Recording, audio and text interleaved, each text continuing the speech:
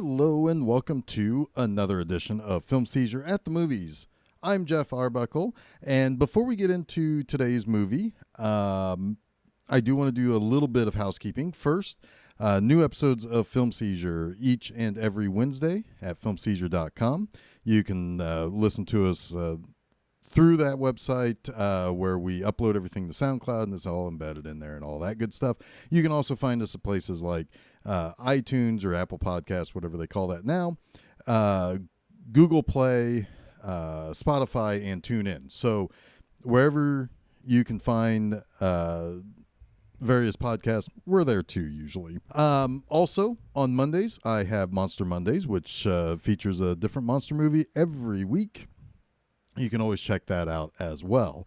You can find us on Facebook and Twitter at Film Seizure. All the good stuff to find out where and when we are releasing new stuffs. So, if you kind of listened to our stuff before, you know that we just talked about the mega blockbuster, big budget horror movie, It, Chapter 2. This time around, I've got something a lot smaller, but a lot more, I think, personal to the people who supported it and to the people who made it. So today I'm going to be talking about Jessie's Super Normal Regular Average Day. That's a movie that I actually, much like a movie I talked about a couple of months ago, another Cinema Snob movie, this is another one that I personally supported through Kickstarter and so forth. So again, do understand that I have a little bit more of a personal feel for after watching this movie, or at least my probably will show a little bit of bias, but regardless, I still have a lot of very good things to say about the movie. This movie is made by director and writer Brian K. Williams, and it's he's done a couple of other movies, which I'll talk about here shortly. And if you've ever read any of my stuff over at B Movie Enema, he's a name that has come up before in stuff that I've written about over the last year or so. But he is somebody I follow on Patreon. He does a lot of photography there, and posts that there for his followers. And it was the first place that anybody knew that he was making a new movie. It was kind of kept on the hush hush. Kind of felt very exclusive there, I guess you could say. And he, before even launching it to Kickstarter, he completed the movie. And it was a very successful Kickstarter campaign. I think within just a couple of days, he had the funding needed to do like the various Blu-ray, DVD, those types of distribution like that. So it was really cool to kind of see something that, especially a film that seems very, very small and personal and very, on a micro budget, be able to do that well. It stars Ellie Church, who, again, if you've read my stuff over at B Movie Enema over the last year, she has cropped up in, 3 or 4 now that I've written about. So she's kind of, I kind of think of her as kind of a new B-movie queen, particularly when it comes to the I guess more independent type productions. So she plays Jessie, and she is somebody who is kind of seemingly just kind of drifting along, a little bit of a stoner, and by a little bit I mean a lot of it. She's a big-time stoner. She lives with a friend, mostly just kind of drifting through life. Doesn't really seem to have much purpose, doesn't really feel like she has much purpose. Then all of a sudden, she has a particularly strange day where a TV reverend begins talking to her. A doppelganger of her roommate comes and starts beating her up, and she gets visited by a snail that is able to kind of show her pretty much all of time and space all at once. And she's given 3 very simple things that she needs to do. 1, she needs to find God. 2, she needs to kill God. And 3, party. And this is really just kind of her dealing with that. And it's it's a very funny movie. It's also very musical. I was very surprised about how much music was used in this movie. And that's something that I feel is a particular strength of Brian K. Williams. I think he's done various music videos. He also has a very good eye because he does photography and stuff like that. So there were a lot of shots and a lot of things that were done in the movie that I thought were really well done and really pretty effective. And it's a pretty accessible movie, really. If you think about it, I would feel comfortable saying if somebody just wants a kind of funny, different kind of comedy, that even the drug element of it is not that. I wouldn't feel I wouldn't feel put off by trying to suggest this movie to somebody who's not really a stoner or not really into that sort of stuff. But it's still a very surprisingly funny, surprisingly interesting movie about some things with some of the aspects of the story and the characters and stuff like that, which I'll get to here in just a moment. But it's just one of those kind of indie films that gets some play. It's already played at a couple of conventions and film festivals. I saw it thanks to Horror Hound, even though I will be eventually be getting a copy through the Kickstarter support. But I was really excited that I was able to see it. Really excited that I was able to it played basically as a late night movie on Saturday night. So it was a lot of fun seeing that. And it was also pretty awesome that I got to see it with both Brian and Ellie in attendance as well. It was really cool. So a couple of things about this movie that I really want to kind of call out. First and foremost, this is a pretty it kind of deals a lot with existentialism, I think, because there is constant repetition, and some of it seems like mundane repetition that we all kind of deal with every day. We get out of bed, we wake up before our alarm goes off, so we don't get to sleep. We don't get to sleep to the fullest extent. We don't. We often find ourselves repeating the same things that we always do every day: getting up, getting a bowl of cereal or getting breakfast, sitting in front of the TV, and just kind of vegging out. There's that sense of repetition, but also there's the idea of what's real and what isn't. Is this something that is everything that's happening to Jessie something that's actually happening? Is it something that she's imagining? Is she a cog in a greater scheme? Is she is anything around her even real? It's that strange kind of thing that you think about, like when you're watching like The Matrix. They try to really hammer home the idea that the world you live in is not the world you think it is, and stuff like that. So it's kind of interesting to see that play for laughs and for misdirection. That's often used in this, and it allows characters to be what's the word I want to use here? It allows characters to kind of be almost goofy and almost cartoonish at times. There are particular characters, one, the Reverend, and two, Roger. Roger's played by Jet Bryant, who's been in, again, a couple of movies that I've seen recently, in particular Amazon Hotbox and Frankenstein Created Bikers. Both of those I wrote about over at B Movie Anima. Again, I'm kind of self-promoting that because that's where I've talked about that stuff mostly. But he is this... he's almost like he's partially a guide. He's one of the people that Jessie has to go and see, but he is completely and totally ludicrous as a person.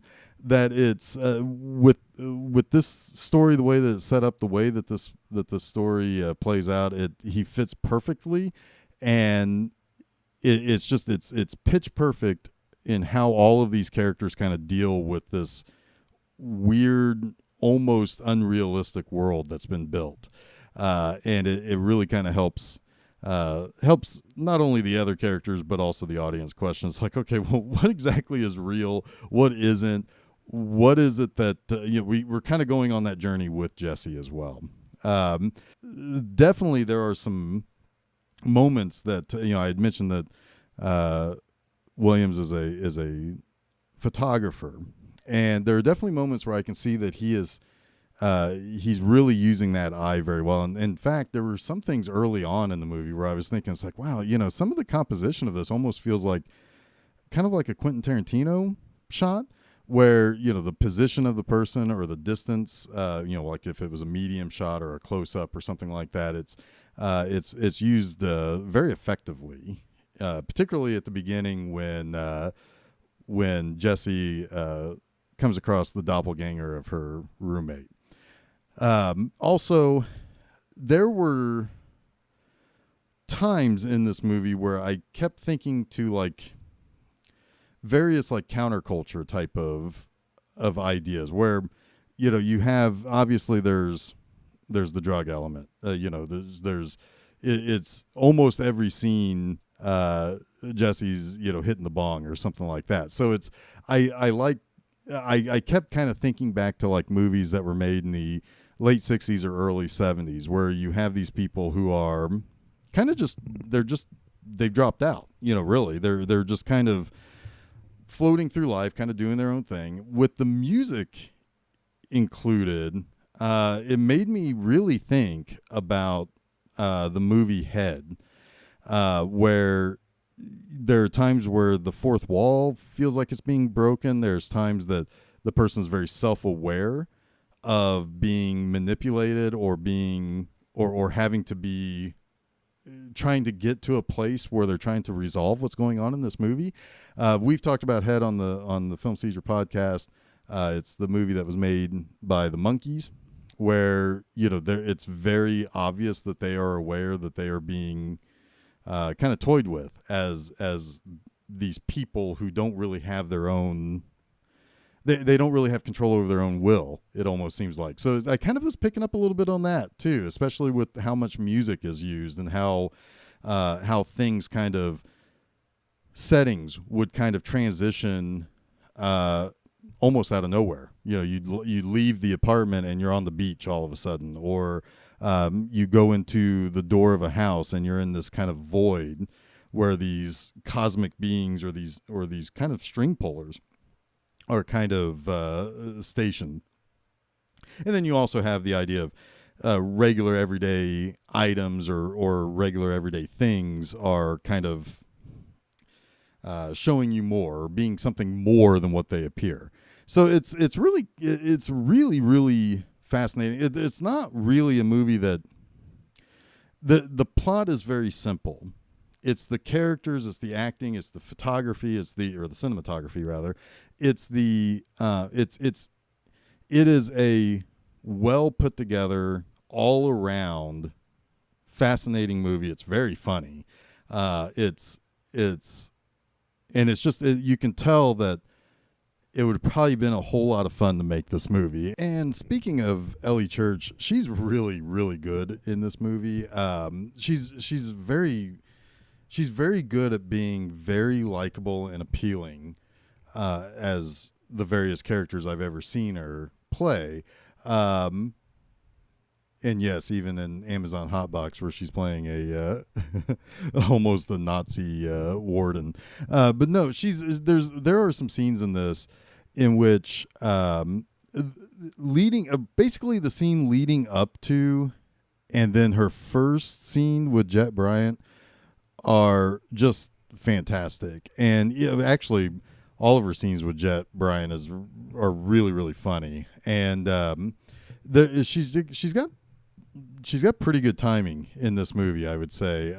I know sometimes comedy can sometimes be hard to pull off, but knowing that she's kind of she's literally out of her element here, and just the way that she tries to process the things that she has to deal with hearing over and over and over, and some of the stuff that she has to do over and over and over is just it's just really, really good, and really really helps carry this movie to basically all the heights that the movie can get to, is really kind of thanks to Ellie Church. And in a small cast, for her to stand out that much, when the small cast is kind of all bringing a certain energy to it. That really says a lot, and I think both she and Brian should be really proud of this movie. And one of the things that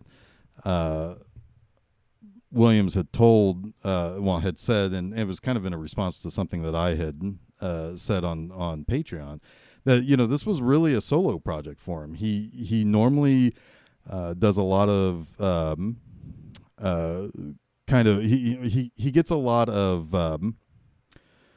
input and a lot of ideas from other people that he collaborates with, and this time he didn't do that. He kind of reserved that for himself, so it was kind of really just letting it rip. And I know, even though the stuff that I write isn't really necessarily